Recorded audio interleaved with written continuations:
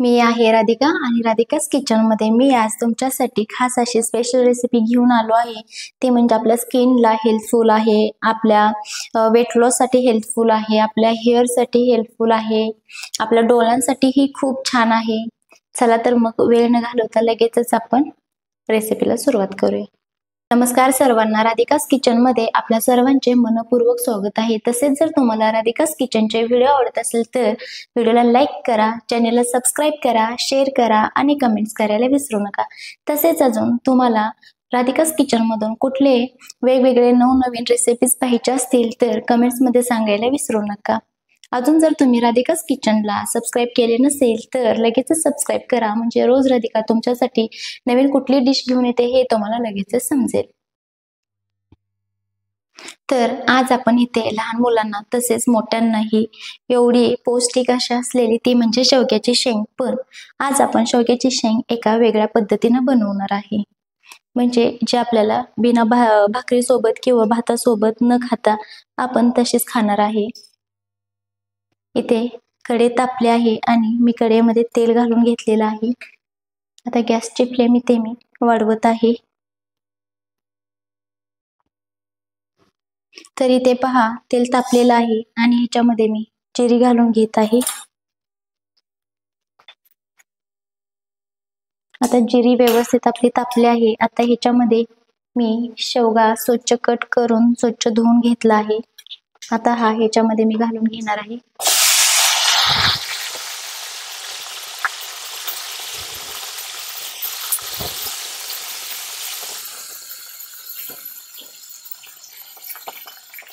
आता व्यवस्थित मिक्स करून घ्यायचा आहे शेवगा।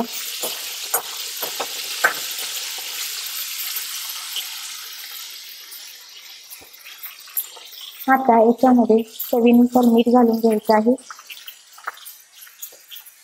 आणि व्यवस्थित मिक्स करून घ्यायचं आहे।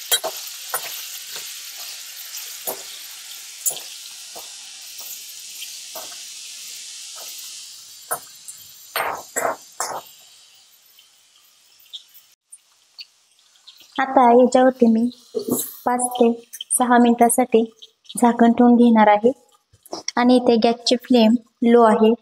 लो फ्लेम वरतीच आपल्याला झाकण ठेवून व्यवस्थित स्टीम करून घ्यायचं आहे। इथे 5 ते 6 मिनिटं झालेले आहेत आणि आता आपण झाकण काढून व्यवस्थित शेंगा मिक्स करून घ्यायचा आहे।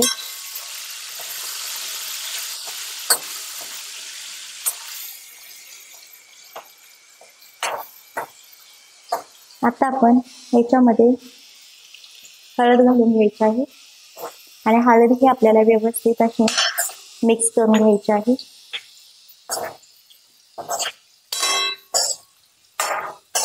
आणि आता इथेही मी 5 मिनिटं झाकून ठेवणार आहे। आता इथे तुम्ही ह्याच्यामध्ये कांदा घालू शकता एकदम बारीक चॉप करून, तसेही खूप छान लागतं। पण इथे स्पेशली मी लहान मुलांसाठी बनवत आहे म्हणून मी कांदा घातला नाही, मी एकदम सिंपल पद्धतीत करत आहे। तुम्हाला शेंगाचे फायदे माहीतच आहेत, म्हणून आठवड्यातून 2 ते 3 वेळेस लहान मुलांना तसेच मोठ्यांनीही खाल्ले पाहिजे।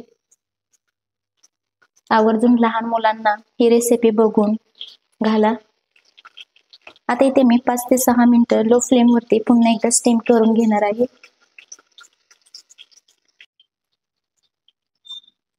आता इथे 5 ते 6 मिनिटांनी पुन्हा मी झाकण काढत आहे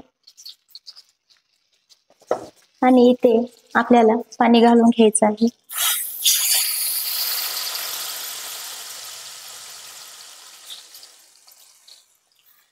आता सुरुवातीला मी एवढंच पाणी घालून घेत आहे आणि इथे गॅसची फ्लेम मी मीडियम ठेवणार आहे।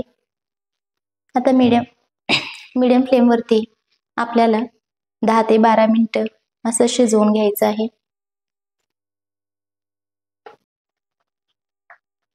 आता पहा इथे 7 ते 8 मिनिटं झालेले आहेत आणि आपण जे पाणी घातलं होतं ते निम्म आटलं आहे। आता इथे मी गॅसची फ्लेम पूर्ण लो करत आहे आणि ह्याच्यावरती पुन्हा एकदा झाकण ठेवून पूर्ण पाणी आपलं आटस्तोवर आपण आता हे झाकण काढणार नाही। इथे पूर्ण गॅस लो वरती आहे, तुम्हाला हवं असेल तर तुम्ही बिना झाकण ठेवता लोवरती हे शिजवू शकता. मला पटकन शिजवून घ्यायचे आहेत म्हणून मी त्याच्यावरती झाकण ठेवलं आहे आणि ते गॅसची फ्लेम लो केली आहे. आता अजून इथे 7 ते 8 मिनिटं ह्याच प्रोसेसमध्ये मी शिजवून घेणार आहे.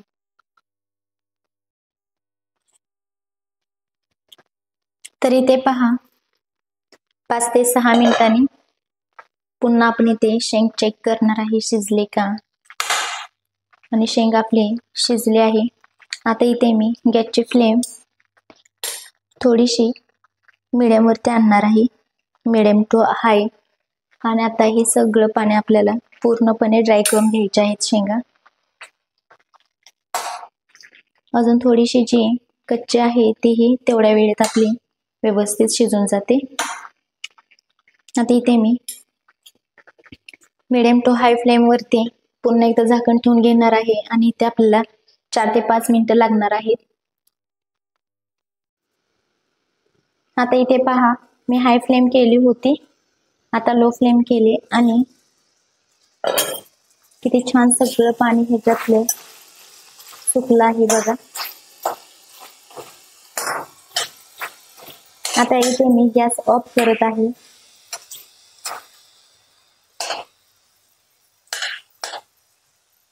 पहा तेल सगळं असंच मध्ये गोळा झाला आहे. असं वाटत नाही की आपण एवढं पाणी घालून ह्याला व्यवस्थित शिजवून घेतलं आहे. आता इथे ह्या मी शेंगा काढून घेणार आहे. आता पहा कढईमध्ये आपलं तेल एवढं शिल्लक राहिलं आहे. आता इथे मी तुम्हाला सांगेल, जर तुम्हाला कांदा घालायचा असेल, कढीपत्ता घालायचा असेल तर तेल थोडीशी क्वांटिटी वाढवा, आणि जर हे तुम्ही काहीच घालणार नसाल तर तेल कमी घाला. आता पहा हे खाण्यासाठी तयार आहे आपली इन्स्टंट शेवग्याची शेंग. आता लहान मुलांनाही अशीच खायला द्यायची, तसंच मोठ्यांनाही खूप आवडतात. ज्यांना आवडत असतील त्यांनी नक्की ही रेसिपी करा, आणि ज्यांना आवडत नसेल त्यांनी ही करा आणि कमेंट्समध्ये तुमचा अनुभव मला सांगायला विसरू नका.